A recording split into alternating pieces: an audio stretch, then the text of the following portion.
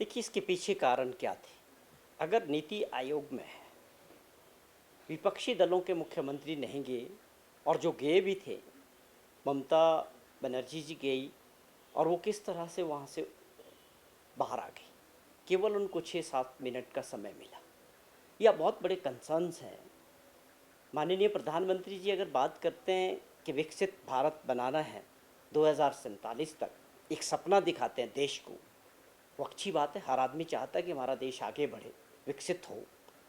लेकिन उसका मॉडल ये नहीं हो सकता कि आप केवल अपनी पार्टी के सरकारों के मुख्यमंत्रियों को या अपने चहेतों को उसमें आप उस भारत को आगे बढ़ा सकते हैं। भारत जब हम विकसित होने की बात करते हैं तो उसमें सबको साथ चलने की बात होनी चाहिए, सबको साथ लेके चलने की बात होनी चाहिए।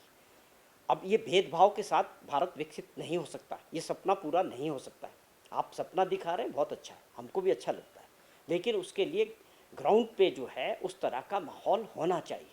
आपको सभी को साथ लेके चलना था। हर राज्यों के मुख्यमंत्री की, वो किसी भी दल का हो सकता है, उनकी क्या परिस्थितियाँ, क्या वो 7 मिनट के अंदर अपनी सारी बात नीति आयोग की मीटिंग में माननीय प्रधानमंत्री जी के सामने रखना, इज इट पॉसिबल?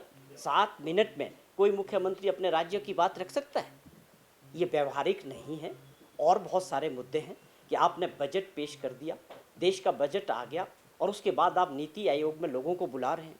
उस बजट में आपने जो भेदभाव किया, उस बजट पूरी तरह से दिखता है कि किस प्रकार से आपने अपने मित्रों के लिए, बिहार के लिए और आंध्र प्रदेश के लिए दरवाजे खोले।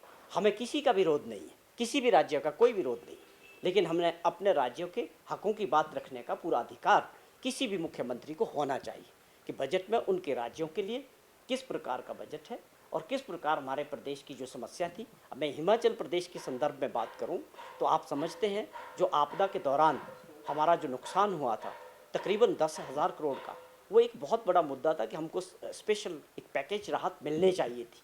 हमको मीन्स हमारे प्रदेश के लोगों को मिलनी चाहिए थी। हमारे पास आपदा थी, उससे बाहर आने के लिए जब एक फेडरल स्ट्रक्चर में सारा टैक्स जो है भारत सरकार को जाता है, चाहे आप इनडायरेक्ट टैक्सेस की बात करें, आप डायरेक्ट टैक्सेस की बात करें, सारी कलेक्शन भारत सरकार करती है, तो ये हमारा अधिकार बनता है फेडरल सिस्टम में कि उसमें हमारा हक मिलना चाहिए। आप कोई एहसान थोड़ी करते हो राज्यों के हक देके, किसी भी राज्य का वो हक है।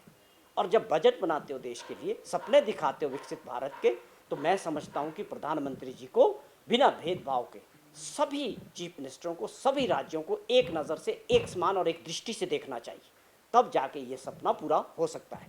जहाँ तक आपने जिक्र किया कि पूर्व मुख्यमंत्री ठाकुर जयराम जी का, मैं समझता हूँ उनको इस बात को समझने में अभी समय लगेगा कि हम किस बात की बात कर रहे हैं। केवल विरोध करने से विपक्ष का काम नहीं हो जाता है। आप ये बताएं मीडिया के ज़रिए, हम भी जानना चाहते हैं कि आपने इस बजट से पहले कौन से प्रयास किए हिमाचल प्रदेश के लिए राहत दिलाने के लिए, या बजट में आप किन किन से मिले? क्या आप प्रधानमंत्री जी से मिले, माननीय फाइनेंस मिनिस्टर से मिले? आप विपक्ष के नेता हैं, आपकी भी पूरी जिम्मेवारी है, आपकी भी पूरी जिम्मेवारी होनी चाहिए प्रदेश के लोगों के प्रति। आप बताएं कि किन किन से आपने मुलाकात की और कौन सी मांगे प्रदेश हित में, जनता के हित में। आपकी सरकार है, भारत सरकार, आपको बताना चाहिए प्रदेश की जनता को कि मैं दिल्ली गया था, मैंने प्रधानमंत्री जी से ये बातें की और ये चीज़ हिमाचल प्रदेश के लिए बजट में मांग की। ये बड़े मुद्दे हैं। केवल आप एक बात की, नीति आयोग की मीटिंग में जाना दुर्भाग्यपूर्ण है। हर आदमी इस बात को समझता है, जो प्रदेश को चला रहे हैं मुख्यमंत्री, उस बात को समझते हैं। उनके ऊपर भी दबाव है अपने योजनाओं को आगे बढ़ाने का, प्रदेश की लोगों की समस्याओं का दबाव है। अगर उसको भारत सरकार नहीं सुनेगी, अनदेखा करेगी, तो निश्चित तौर पे लोकतंत्र में और क्या तरीका है, आप बहिष्कार कर सकते हो। यही एक सबसे बड़ा तरीका है कि शायद बहिष्कार करने के बाद माननीय प्रधानमंत्री और उनकी टीम इस बात को समझें कि देश के आधी जनता, आधे राज्यों में लोगों को अभी भी कुछ समस्याएं जिनको हमारे को गंभीरता से सुनना पड़ेगा।